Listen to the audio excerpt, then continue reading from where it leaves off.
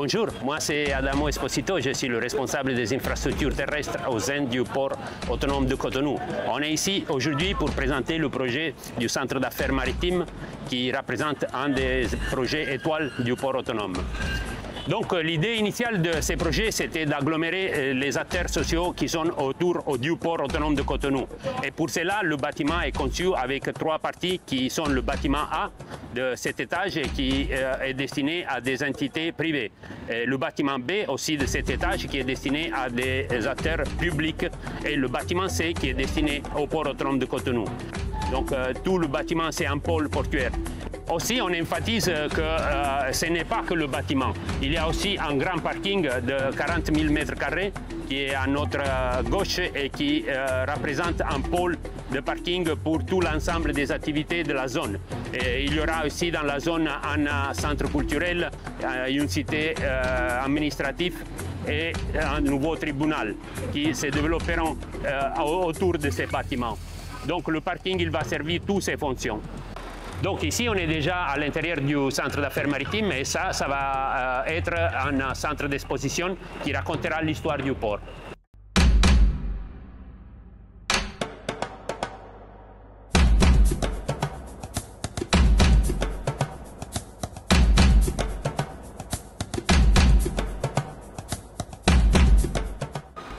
Donc le premier étage hébergera la direction des marchés publics.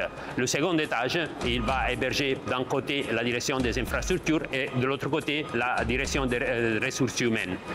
Au troisième étage, par contre, on va trouver la direction des finances et la direction commerciale.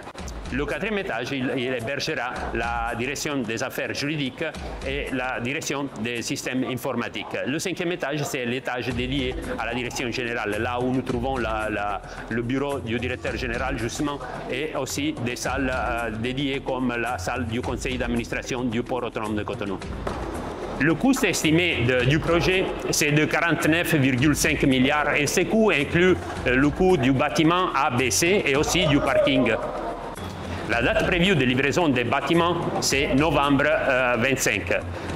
Actuellement, il y a en cours de certains changements à l'intérieur du bâtiment, c'est que probablement ils feront glisser de quelques semaines encore le projet, en espérant donc d'avoir le projet finalement à la fin du 2025. On a ici l'entreprise Jet Contractor, on va vous présenter, il va nous expliquer l'avancement du projet. D'accord, bonjour, c'est Mohamed Raji, responsable QHSE de Jet Contractors. Comme vous pouvez constater, sur l'état d'avancement concerne le gros œuvre, on est presque achevé, presque à 90% sur le bâtiment CAM, et bien sur le parking. Et on a aussi commencé les lots architecturaux, les lots techniques, étanchéité, lots électriques, fluides et maçonnerie. Et donc en dernier, on va avec la maîtrise d'œuvre du centre d'affaires maritime pour demander à eux quelles sont les améliorations qu'ils vont trouver les usagers du bâtiment. Ok, en termes de confort, le centre des affaires maritimes offre un cadre de vie assez confortable pour les usagers.